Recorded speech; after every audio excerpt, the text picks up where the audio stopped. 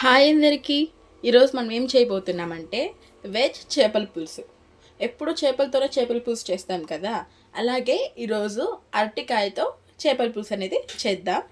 First అందుకు కావాల్సిన ingredients ఏంటంటే, ఫస్ట్ ఒక అరటికాయ తీసుకొని ఇలా చేప ముక్క షేప్లో కట్ చేసి సాల్ట్ వాటర్లో వేసి పెట్టాలి ఇలా. తర్వాత ఒక ఆనియన్, అలాగే 2 టమాటోస్ ఇలా కట్ చేసి పెట్టుకోవాలి. అలాగే కొంచెం అల్లం వెల్లుల్లి కూడా ఇలా కట్ చేసి పెట్టుకోవాలి. కొంచెం కొత్తిమీర, కరివేపాకు, అలాగే కొంచెం చింతపండు కూడా తీసి నీళ్ళలో నానించి పెట్టుకోవాలి. ఫస్ట్ అయితే ఈ అల్లం వెల్లుల్లిని పేస్ట్ చేసి పెట్టుకుందాం. తర్వాత ప్రాసెస్లోకి వెళ్ళిపోదాం. ఇప్పుడైతే ప్రాసెస్ స్టార్ట్ చేసేద్దాం. ముందుగా స్టవ్ పైన ఒక బౌల్ పెట్టి, బౌల్ హీట్ అయిన తర్వాత కాస్త ఆయిల్ అనేది వేసుకుందాం. ఇప్పుడు ఆయిల్ హీట్ ఎక్కిన తర్వాత కొంచెం ఉద్దిపప్పు ఆవాలు అనేది వేసుకుందాం.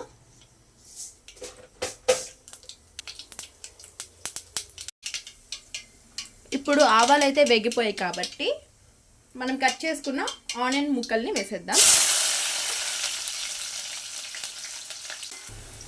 ఇప్పుడు ఈ ఆనియన్ అయితే గోల్డెన్ బ్రౌన్ కలర్ వచ్చింది కదా, ఇప్పుడు ముందుగా కట్ చేసి పెట్టుకున్న టొమాటో ముక్కల్ని అయితే వేసేద్దాం.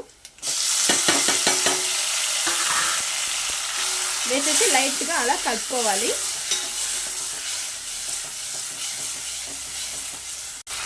ఇప్పుడు ఈ టొమాటో ముక్కలు ఫాస్ట్గా మగ్గడానికి కొంచెం సాల్ట్, అలాగే కొంచెం పసుపు అనేది వేసుకున్నా. ఇప్పుడైతే ఫాస్ట్గా మగ్గిపోతుంది.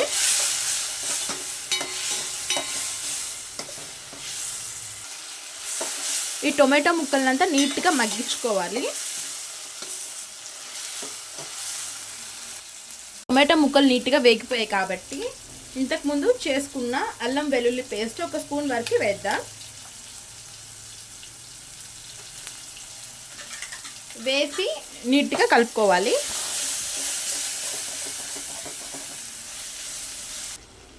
ఇప్పుడు ఈ అల్లం వెల్లుల్లి పేస్ట్ అంతా నీట్గా వేగాలి ఇలా. ఇప్పుడు ఆయిల్ అంతా పైకి ఫ్లోట్ అవుతా ఉంది కదా, మనం ఇంతకుముందు నీళ్ళలో నానబెట్టిన అరటికాయ ముక్కల్ని వేసేద్దాం.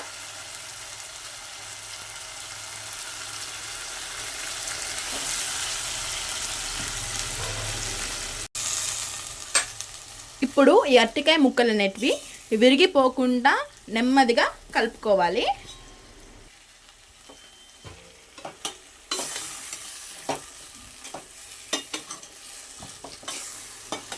ఇప్పుడు ఒక 2 మినిట్స్ ఇలా వదిలేయాలి. ఇప్పుడు అరటికాయ ముక్కలన్నీ ఆల్మోస్ట్ అలా వేగాయి కదా, ముందుగా నానబెట్టిన చింతపండుని ఇలా రసంలా చేసి వేసేద్దాం.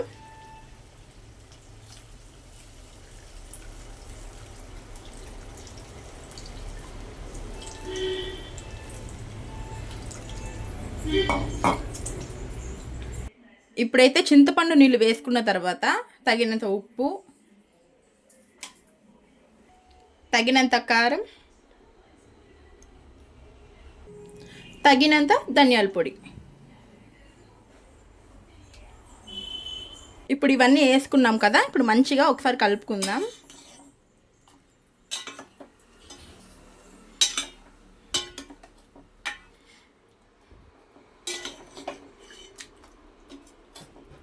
మనకు ఎంత గ్రేవీ కావాలో అన్ని వాటర్ వేసుకుందాం. ఇప్పుడు మనకు తగినన్ని వాటర్ అనేది పోసుకుందాం,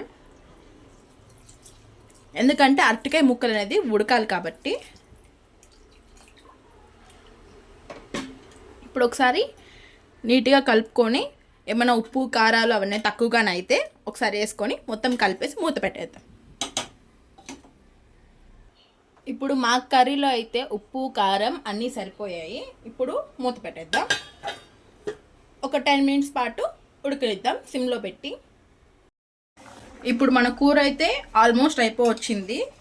ఇంకా 5 మినిట్స్ ముందు దించేస్తామనగా కొంచెం మెంతుల పొడి అనేది వేసుకోవాలి. వేయించి మిక్సీ పట్టుకోవాలి.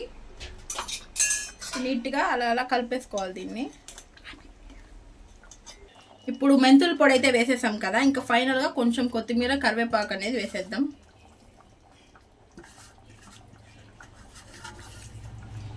ఇప్పుడు ఒక 2 మినిట్స్ తర్వాత స్టవ్ ఆఫ్ చేసేద్దాం.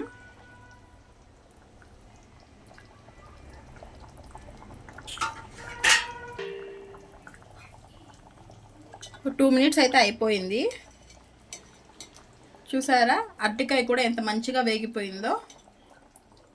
ఎప్పుడు చేపలతో కాకుండా ఒకసారి ఇలా అరటికాయతో కూడా ట్రై చేయండి. చాలా చాలా టేస్టీగా ఉంటుంది. స్మెల్ కానీ టేస్ట్ కానీ నిజమైన చేపల పులుసు లాగే ఉంది. ఒకసారి ట్రై చేయండి. ఈ వీడియో కనుక మీకు నచ్చినట్లయితే లైక్ చేసి షేర్ చేసి సబ్స్క్రైబ్ చేసుకోండి.